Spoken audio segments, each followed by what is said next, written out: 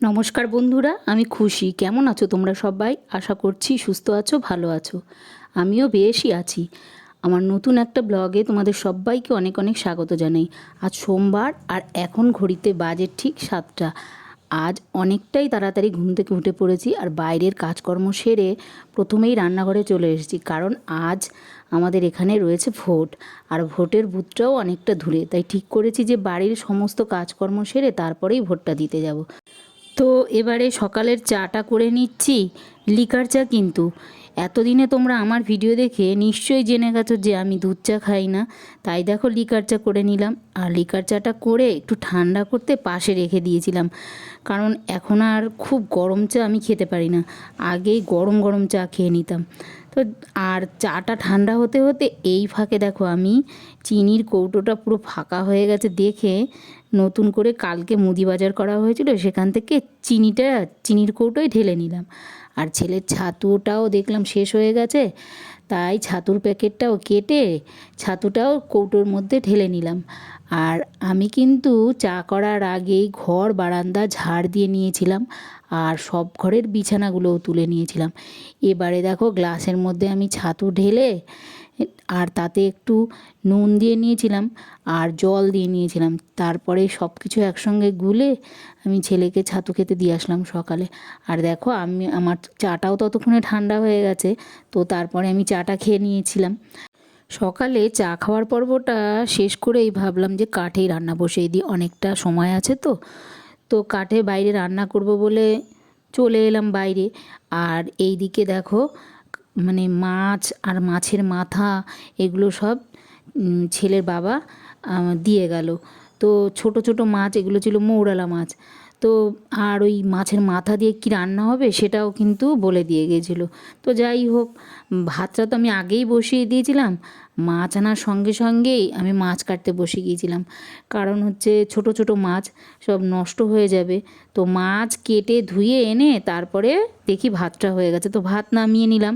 এবারে কিন্তু আমি মাছে নুন আর হলুদ মাখিয়ে নিয়ে কড়াতে তেল দিয়ে তেলটা গরম হতে দিলাম। আর তেলটা গরম হতে হতেই এদিকে আমি দেখো পাট শাকগুলো বেছে নিলাম।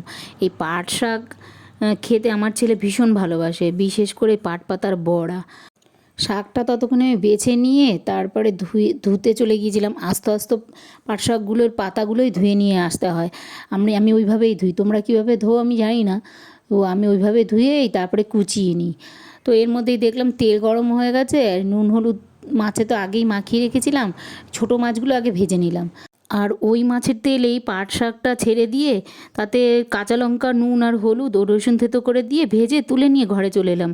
আর আজকে বেসন ছিল না বলে তাই আমি পাট পাতার বড়া আর করতে পারলাম না। এবারে কিন্তু আমি মাছের মাথাগুলো সব ভেজে লাউ দিয়ে রান্না করে নিলাম। আর তোমাদেরকে ভালো করে দেখিয়ে দিলাম আজকে কী কী রান্না হয়েছে। মাছের মাথা দিয়ে লাউ ঘন্ট, আর টমেটো দিয়ে মৌরলা মাছ, আর পাট শাক। পাট শাকটা কিন্তু বাটিতে অল্পই রয়েছে, কারণ সকালবেলা পাট শাক দিয়ে গরম ভাত দিয়ে খেয়ে নিয়েছিল কিছুটা ছেলে, আর পরে ওর বাবাও খেয়ে গিয়েছিল। যাই হোক, রান্নাটা শেষ হয়েছে কি হয়নি, চারিদিকে মেঘ কালো করে এসেছে, আকাশ পুরো অন্ধকার হয়ে গেছে। তাড়াতাড়ি করে রান্নার জায়গাটা গুছিয়ে আর বাইরে যত জামা কাপড় ছিল সেইগুলোকে তুলে ঘরে এসে তারপরে বিছানাটা আমি পরিষ্কার করে নিলাম।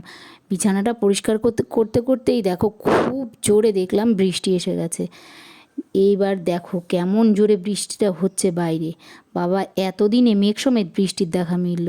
কদিন তো শুধু মেঘই হতো, কিন্তু বৃষ্টি হতো না। যাই হোক, কিছুটা গরম থেকে তো রেহাই পাওয়া গেল। এই ফাঁকে দেখো আমি স্নান খাওয়া দাওয়া সেরে আমি আর ছেলে দুজনাই একসঙ্গে বৃষ্টিটা থামার পরে ভোটটা দিয়ে এসেছি। আর বাড়ি এসে এই ছেলের ফাইল থেকে যে আই কার্ড আর আমার আই কার্ড বার করা হয়েছিল সেইগুলো ঢুকিয়ে রাখতেই ব্যস্ত হয়ে পড়ে আমি ভীষণ ভুলে যাই কোথায় কি রাখি, আমার কিচ্ছু মনে থাকে না। যেহেতু ছেলে আমাকে কার্ডটা দিয়ে দিয়েছে, পরে আমি যদি ও যখন চাইবে তখন যদি না দিতে পারি, সেই জন্য আমি তাড়াতাড়ি করে আলমারিটা খুলে ওর কার্ডটাও রেখে দিলাম। তো ওর কার্ডটা রাখতে যখন আলমারিটা খুললাম, তো আমারটাও একবারে রেখে দিলাম। তো যাই হোক, রেখে তারপরে দেখো আমি আলমারিটা আটকানোর জন্য কিছুতেই হাতে পাই না, আমি কখনোই হাতে পাই না। ওই চেয়ার নিয়ে নিয়ে তারপরে আমি আলমারিটা আটকাই, কভারটা। ও তো পাশের ঘর থেকে চেয়ার নিয়ে এসে তারপরে আমি আলমারির কভারটা ভালো করে লাগিয়ে নিলাম। প্রথমে চেনগুলো লাগিয়ে তারপরে বোতামগুলো লাগিয়ে নিলাম।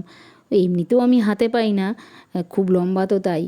আর আর কি করার, তো চেয়ার নিয়ে এসে এসে ওই কাজটা সারি। তো তারপরে আমি ড্রেসটা চেঞ্জ করে কিছুক্ষণ বিশ্রাম নিলাম। আর ছেলে দেখো স্নান করে, ছেলে কিন্তু স্নান করে যায়নি আমার সঙ্গে ভোট দিতে, ও কিন্তু শুধু খাওয়া দাওয়াই করেছিল। তো এখন এই বাজার থেকে ভোট দিয়ে এসে তারপরে এই স্নান করতে ঢুকলো। অনেকটা সময় বিশ্রাম নেবার পরে তারপরে রান্নাঘরে এসে দেখি রাত 9টা বাজে।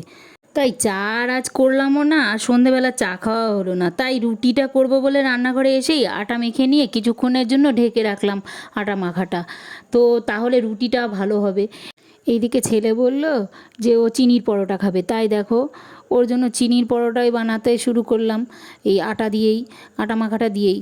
তো আটা ময়দা একসঙ্গে মাখানো হলে পরোটাটা ভালো হয়, কিন্তু আমি তো জানি না যে ও চিনির পরোটা খাবে, তো ওই জন্য ময়দাটাও মাখিনি। তো এই আটা মাখা দিয়েই ওকে মানে দুটো পরোটা বানিয়ে দেবো। তো যাই হোক, দুটো বড় সাইজের লেচি কেটে গোল করে খুব বড় করে বেলে নিলাম। তারপরে এক সাইডে চিনি দিয়ে তারপরে হাত দিয়ে ছড়িয়ে নিয়ে দুটো ভাঁজ করে দিলাম, ভাঁজটা ত্রিভুজ আকৃতির করে নিলাম। আর ওই ভাঁজটা আবারও বেলে নিয়ে তারপরে তাওয়া গরম করে একটু তেল তাতে দিয়ে, ঘি থাকলে ভালো হতো, আগে আমি ঘি দিয়ে করে দিয়েছিলাম আগে। তো যাই হোক, এখন ঘি নেই আমাদের বাড়িতে, তাই তেল দিয়েই পরোটাটা লাল করে ভেজে তুলে নিলাম। আর এইভাবে তৈরি করে নিলাম দুটো পরোটাই, আর ছেলেকেও দিয়ে এলাম পরোটাটা। তো যাই হোক, তোমরাও চাইলে আমার মতো করে চিনির পরোটাটা ওই আটা দিয়েই বানাতে পারো। খেতে কিন্তু ভালোই হয়েছিল, আমি একটু খেয়ে দেখেছিলাম, খেতে ভালোই হয়েছিল। ময়দায় যেমন হয় তেমনই হয়েছিল, শুধু জাস্ট এটা আটা দিয়ে বানানো। সকলকে গুড নাইট জানিয়ে আমার ভিডিওটা এখানেই শেষ করছি। কাল আবার নতুন একটা ভিডিওর সাথে তোমাদের সামনে হাজির হব। তো সকলেই সুস্থ থেকো, ভালো থেকো, আরও হ্যাঁ, আমায় কিন্তু মনে রেখো।